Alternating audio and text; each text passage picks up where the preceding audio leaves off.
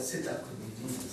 J'ai l'habitude de dire toujours ce soir, parce que nos activités sont dans la soirée, et cet après-midi, nous avons des invités. Un habituel qui est Mohamed Nachi, qui va modérer la séance. C'est un habituel qui est prof de sociologie à l'université. Et un autre prof, mais qui nous fait le plaisir d'être parmi nous cet après-midi, qui vient de Tunis, de l'université de Tunis, et M. Habib Kazdagli, ou Kazdagli, comme on prononce, à l'arabe ou à la française, qui va nous expliquer un petit peu la situation actuelle politique après les élections, les deux élections, et en attendant la troisième élection, et comment la démocratie, ça se fait, mais comment surtout maintenant, qui va gagner les élections. On va pas dire ça. Sinon, je ne sais pas. Ben, il y a beaucoup de sondages, beaucoup de paroles, mais je vais lui laisser la parole tout de suite parce que lui, il connaît mieux la situation que moi-même. Et merci aussi à Fatri et au comité de vigilance qui organise cet après-midi avec nous, et ça nous fait un grand plaisir de travailler ensemble. Merci. Merci. Alors, bonjour et merci d'être venu. Je voudrais tout simplement remercier Cyril Pratani d'avoir accepté notre invitation. C'est un plaisir de les avoir parmi nous pour pouvoir discuter donc, de la situation en Tunisie entre les deux tours des élections. Donc, le premier tour, comme vous le savez, est déjà les deux. Et le deuxième, on ne connaît pas encore la date, c'était probablement le 23, ou le 21. Je voudrais aussi remercier le Centre culturel arabe, parce que c'est vrai que je suis habitué maintenant, mais à chaque fois, donc, les portes du centre sont ouvertes pour nous, pour pouvoir donc, organiser des activités, et ça nous rend un très grand service. Merci aussi pour le CEDT, donc de prendre des initiatives comme ça et de pouvoir créer donc, un débat à la fois au sein de la communauté donc, des Tunisiens, mais aussi avec nos amis et frères belges. Donc c'est une opportunité. Alors juste un tout petit mot, donc je ne veux pas trop m'étaler sur la présentation, aussi de Kazdagli, donc est professeur d'histoire à l'université Al-Manba, donc à Tunis. Il est par ailleurs doyen de cette faculté, c'est la deuxième fois qu'il a été élu doyen. Et comme vous le savez, juste après les événements, donc le soulèvement de la Révolution en 2010-2011, il y a eu une affaire qui le suit jusqu'à maintenant, même si, d'un point de vue judiciaire, c'est terminé, un acquittement, problème, mais il est toujours menacé de mort, malheureusement, donc on doit être attentif. Donc ici, il n'y a aucun risque, mais en tout cas... je suis accueilli par le comité de vigilance. Donc. Voilà, on est très vigilants, on va essayer de l'être, mais en tout cas, donc en Tunisie, la vie quotidienne et la vie privée n'est pas évidente pour vous, parce qu'il y a toujours donc, des policiers qui l'accompagnent. Voilà, donc en tout cas, merci d'être venu, merci de nous éclairer, et on conçoit un peu cet après-midi comme un moment d'échange, de réflexion commune Voilà, je vais lui céder la parole et par la suite, je reviendrai moi-même sur quelques points, mais ce qui importe pour nous, c'est vraiment l'échange et le débat qu'on va créer avec vous. Il est bien évidemment là pour répondre à vos questions. Je vous remercie pour votre attention et sans plus tarder, on va commencer.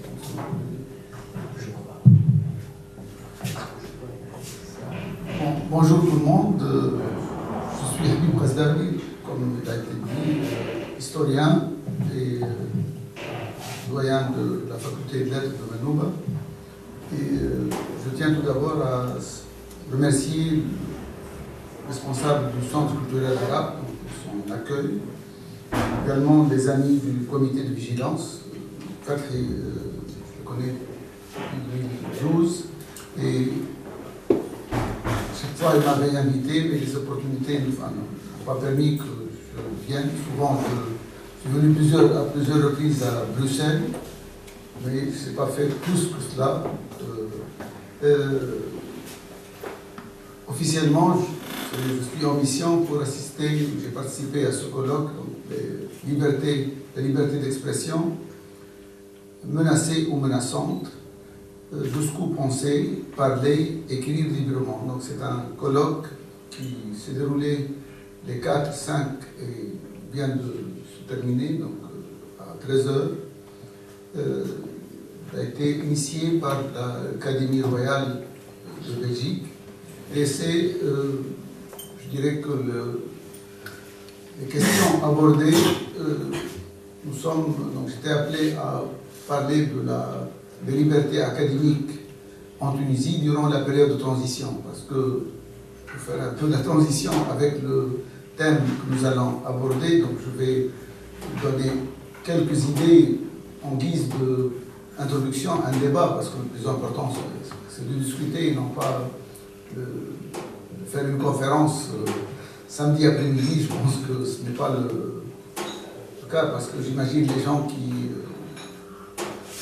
nous ont fait le plaisir d'assister aujourd'hui, c'est qu'ils s'intéressent à la Tunisie, ils s'intéressent d'une manière générale à ces changements importants que connaît toute la région, mais malheureusement ces changements ne sont pas toujours comme nous voulons, que ce soit pour la Libye, pour la Syrie, pour le Yémen, même pour l'Égypte.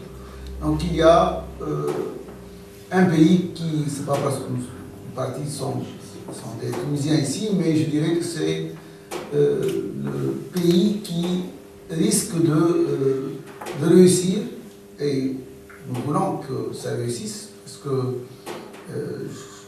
comme ça, la Tunisie a joué un rôle important au déclenchement de tout un processus transitionnel ou bien de changement, disons, à partir de décembre 2010, janvier 2011.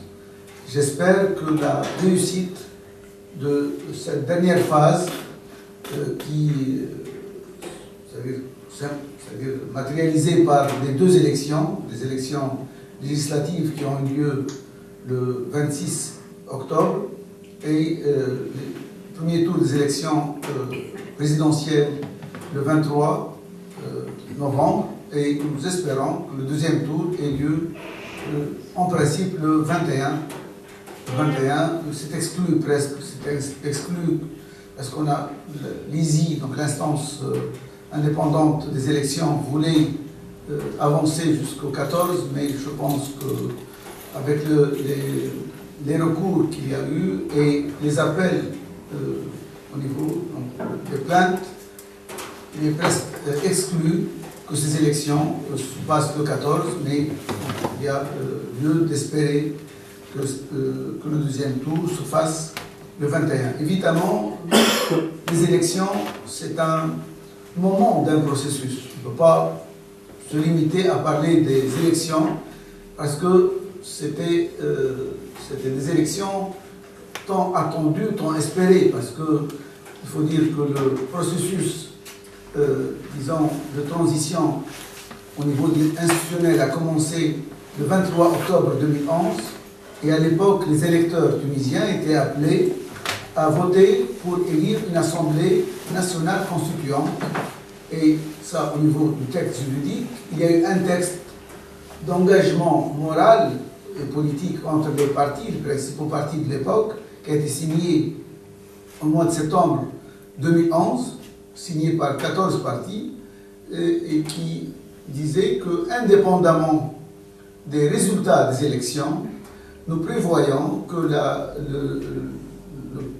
l'objectif primordial de ces élections, c'est de dégager des constituants, c'est-à-dire des personnes qui allaient rédiger une constitution, et au bout d'une année, on entrerait dans la phase élective pour la période pérenne, la période, contrairement à la période de transition qui est provisoire, donc on allait passer à la période pérenne et qui, normalement, aurait dû se passer au bout d'une année, c'est-à-dire en octobre 2012, alors que nous sommes aujourd'hui au mois de décembre 2014. Donc, c'est-à-dire que déjà, on peut dire que c'est une transition qui n'a pas respecté l'agenda ou bien les promesses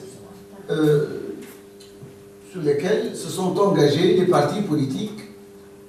Pourquoi? Donc, l'interrogation, c'est pourquoi? Parce que les élections du 23 octobre 2011, que tout le monde s'accorde, parmi vous, donc des amis qui ont supervisé ces élections, ils l'ont observé en 2011 et également en 2014, en gros, les élections se sont bien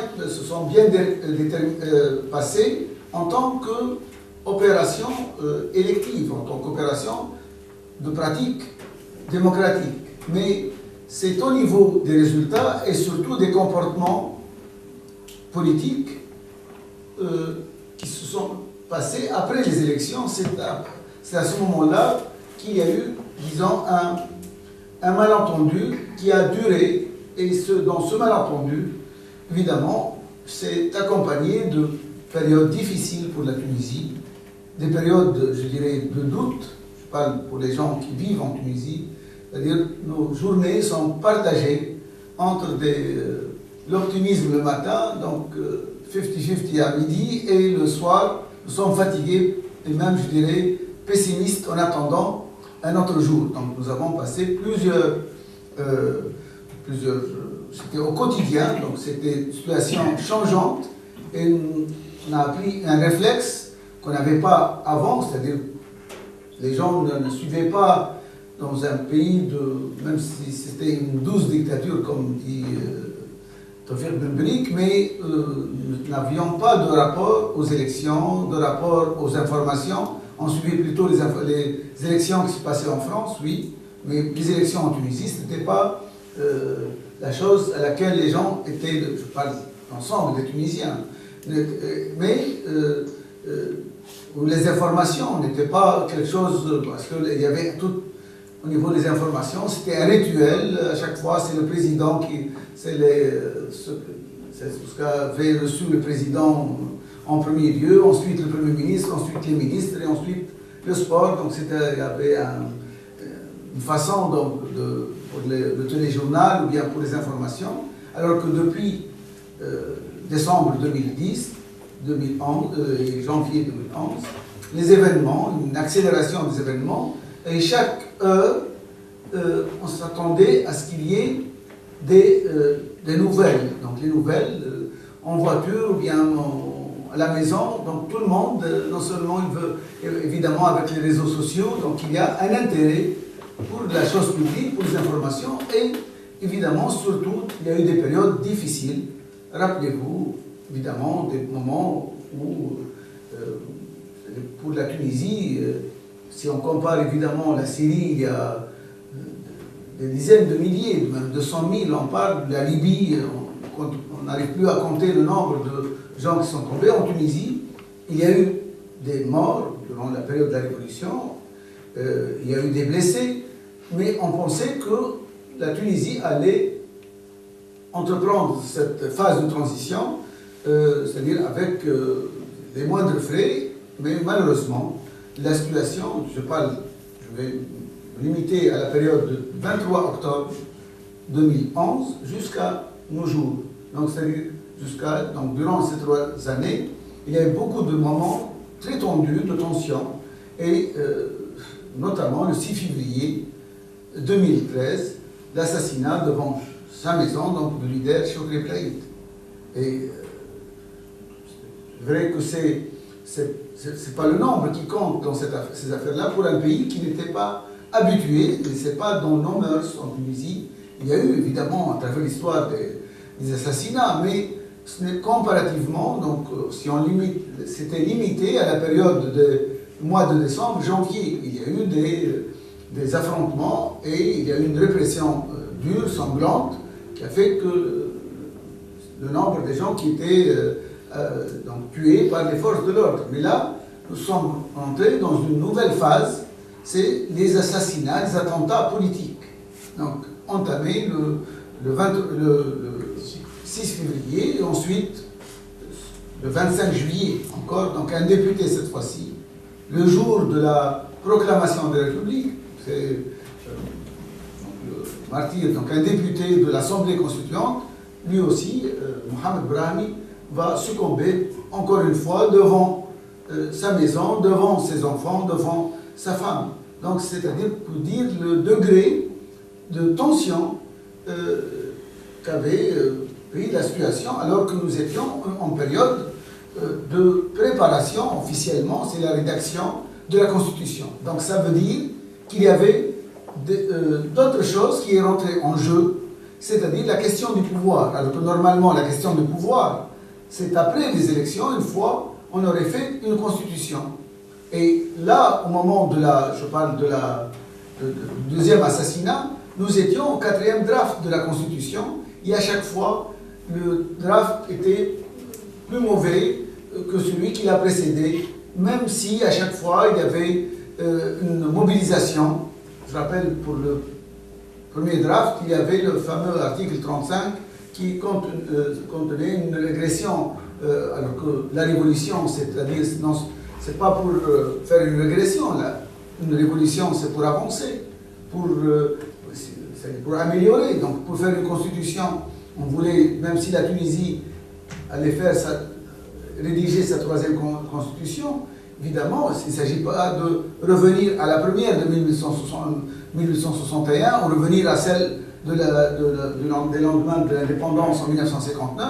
Il fallait faire une constitution qui marquerait tous les acquis, toutes les avancées, aussi bien en Tunisie qu'au niveau international. Donc il y avait certes des acquis, mais il y avait beaucoup de défaillances. Donc il fallait les combler et avancer, alors qu'on se retrouve, alors que les gens à l'extérieur nous voyaient même sous la dictature comme étant le pays qui a réalisé des avancées au niveau de l'égalité entre l'homme et la femme, on allait se retrouver avec des articles prônant la complémentarité entre l'homme et la femme. Donc, chose impensable en Tunisie, alors qu'on voulait plus d'égalité, plus de nouveautés, aussi bien pour l'homme que pour la femme. Donc, ça veut dire qu'il y avait, au niveau du pouvoir, c'est-à-dire on a commencé, non pas, le désir n'était pas de terminer la Constitution, mais c'est devenu quelque chose de secondaire. Et le plus important, c'est profiter de ce moment de provisoire pour qu'il devienne une période qui dure à la faveur du parti que les élections de l'Assemblée constituante ne lui ont pas donné le pouvoir. Ils lui ont donné une avance au niveau de la répartition de l'Assemblée constituante, mais l'objectif premier, fondamental, c'était de rédiger la Constitution et qu'après, une fois le texte est adopté, à ce moment-là, il fallait faire des élections. Alors, qu'est-ce qui s'est passé? C'est-à-dire qu'il y avait un quiproquo qui était là, qui a gouverné, qui a été, je dirais, ma propre analyse, et ceux qui suivent la situation en Tunisie, qu'il y avait un quiproquo, c'est-à-dire il y avait des gens qui sont fait une alliance, je dirais même contre nature, mais qui était à la base de la tension, des fois qui était très dure, c'est-à-dire que ceux qui avaient imaginé à leur façon, donc ils ont trahi l'accord qui s'est fait le 14 septembre 2011, mais ils ont profité des résultats des élections pour donner une configuration au pouvoir, et ce qu'on appelle en Tunisie la Troïka. Le système de la Troïka, c'est-à-dire c'est un système de pouvoir et non pas de gestion de la période transitoire. Et ce système-là, composé d'un parti majoritaire, le parti que je qualifie de politico-religieux, parce qu'en fait, il est toujours dans l'ambivalence. C'est le parti qui n'a pas encore décidé. Il est à la fois un parti, mais en même temps une secte qui instrumentalise la religion. Donc on peut avoir des références religieuses ou non religieuses, mais on va se présenter devant comme un parti politique. Donc le parti Nahda, qui a eu la majorité, donc 40% du nombre des voix, et avec à peu près 90 sièges, s'est allié avec deux partis qui lui, alors que durant toute la période, tous les partis qui s'opposent à lui, il les qualifie de laïcs, ça veut dire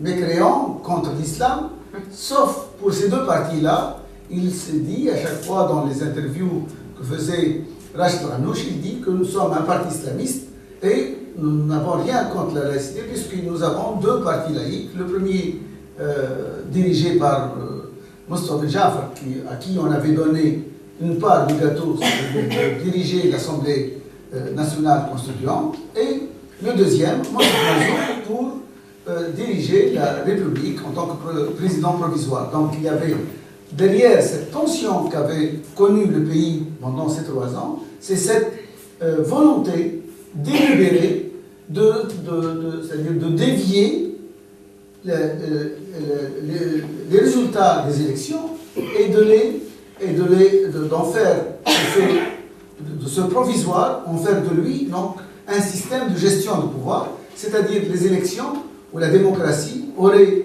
permis bien sûr à ce que des gens gagnent, mais une fois pour toutes. On était devant une situation où on voulait profiter à tous les niveaux, au niveau du pouvoir et aussi au niveau des décisions qui allaient se faire, comme si nous étions dans une période définitive, pérenne, et les élections, la question des élections est devenue une question subalterne, et c'est ce qui explique que à chaque fois on traînait les pas, à chaque fois on voulait faire entrer l'Assemblée nationale constituante pour discuter d'autres thèmes. À chaque fois, il y avait d'autres thèmes et comme si c'était d'une manière délibérée, l'idée c'était de reporter, signaler, donc renvoyer donc, la ratification de la Constitution. Donc c'est ce qui explique toutes les tensions. Donc c'est devenu comme si, à nouveau, comme une contestation du pouvoir. Donc il y a des gens qui ont pris le pouvoir de la Troïka et les autres, de l'autre côté, ils essaient de revenir comme si c'était une bataille avec le régime déchu de Ben Ali. Donc l'idée, c'est de comment on va recomposer à nouveau la scène politique, puisque on a fait une majorité, la Troïka c'était la majorité, et user de cette majorité pour n'importe quel sujet, pour décider si le sujet doit être abordé au niveau de l'Assemblée nationale constituante ou pas. Donc j'essaie d'expliquer comment nous sommes arrivés, donc ces élections, pourquoi elles ont été si retardées par rapport aux dates prévues initialement, c'est-à-dire pour 2012. Donc qu'est-ce qui s'est passé? Donc il y avait une tentative de profiter de ce moment-là pour donner un nouveau visage pour la Tunisie, et c'est-à-dire d'islamiser, c'est le mot, donc c'est-à-dire que profiter de ce moment-là, de cet avantage qui a été fait donc, grâce à cette forme de partage du pouvoir entre les composants de la Troïka, profiter de ce moment-là pour donner une nouvelle configuration de la société tunisienne. Et évidemment, ça s'est répercuté dans plusieurs domaines. J'ai parlé tout à l'heure de la femme, de l'université, et c'est pas un hasard. Mon université, les premiers assauts ont commencé 25 octobre, c'est 2 jours après, après les élections du 23 octobre. Donc, c'est des tentatives d'imposer à la société, c'est le meilleur moyen d'en commencer, c'est l'université, parce que c'est un milieu relativement fragile, aussi ce sont les jeunes, et alors, du coup, on veut une mosquée, on veut que les filles avec leur niqab assistent partout où elles veulent, aussi bien dans les salles de cours que dans les bibliothèques, que dans les espaces publics de l'université, la fin de la mixité, les filles, les collègues femmes ne peuvent plus enseigner aux garçons, etc. Donc, et non seulement par le dialogue, parce que nous avons évidemment, ce sont des jeunes, on les prend tout d'abord par... on sait discuter, la discussion s'avère c'est-à-dire incapable pour pouvoir les convaincre, on va passer à la phase violente. Donc ça a commencé, donc 1 mois après, le 28 novembre, c'est à ce moment-là, qu'en Tunisie qu'à l'extérieur, on a commencé par voir toute la crise qui a pris plusieurs dimensions. Donc ils ont tenté tout d'abord de me séquestrer dans mon bureau, ensuite l'occupation de l'espace administratif, ensuite le 6 décembre, ils m'ont éjecté en dehors du bâtiment central où se trouve mon bureau, et évidemment c'est ce qui nous a obligés à fermer la faculté, et ils ont passé tout un mois à gérer les espaces publics en toute impunité. Pourquoi? Parce que le pouvoir en place a montré toute la complaisance, parce que, et c'est ça ce qui va caractériser cette période, le pouvoir en place n'a pas de problème avec cette vision de la société, ou bien parce que les instances de gestion de l'université soient bafouées, qu'un doyen soit violenté, ou bien qu'un conseil scientifique voit toutes ces décisions donc, mises à la poubelle. Monsieur le ministre de l'Enseignement supérieur, qui ont fait partie de la tendance la plus extrémiste au sein de Nada, voit autrement les choses. Pour lui, il y a une révolution, que c'est au doyen de se plier à ce que veulent les étudiants. Donc, et que c'est à lui de suivre ce que décident les étudiants, et non pas à gérer les institutions les institutions publiques qui ont leur propre règlement, qui ont leur propre système de gestion. Donc pour Monsieur le ministre, tout cela passe au second ordre. Il s'agit que ces étudiants qui croient en Dieu, ces étudiants qui ont sacrifié pour lui, donc c'est eux, la révolution est venue pour eux, et ce sont eux qui doivent décider. Et derrière tout cela, il y a une vision d'en faire, de légitimer la violence et d'en prendre comme une base ou un réservoir électoral. Donc, même si il faut, je sépare bien, donc ces groupes salafistes, ils se sont avérés comme ça, donc ils ont fait d'autres actions. Ça a commencé à la faculté, mais ça a touché aussi le pays, parce que c'est dans cette même faculté qu'on va déchirer le drapeau national le 7 mars. C'est partant de ces mêmes groupes qu'on avait attaqué des espaces d'artistes à la Marsa, à la Abdelia. Également, on avait s'est attaqué à l'ambassade américaine, donc plein d'actes. Et puis, au cours de la même période, les journalistes ont commencé à voir qu'il y avait des armes qui circulaient. Et à cette époque-là, dès qu'on parle d'armes, on parle de dépassement ou bien de manifestation, d'attaque de tel ou tel lieu, à chaque fois c'était le mot bien connu en arabe, faza, à chaque fois, donc c'était comme épouvantail. Donc ce sont des gens qui ont c'est-à-dire qui ont échoué au niveau des élections. C'est eux à chaque fois qui veulent perturber la situation, et toutes les revendications légitimes des syndicats, etc., sont toujours à chaque fois prises comme étant des initiatives pour bloquer le grand pouvoir, ou bien cette alliance qui voulait apporter bien de bonnes choses aux Tunisiens. Mais en réalité, rien de cela. Donc c'est cette tension contenue et qui s'est traduite parce que par des appels, par manipulations, des utilisations, des divisions des Tunisiens entre bons et mauvais.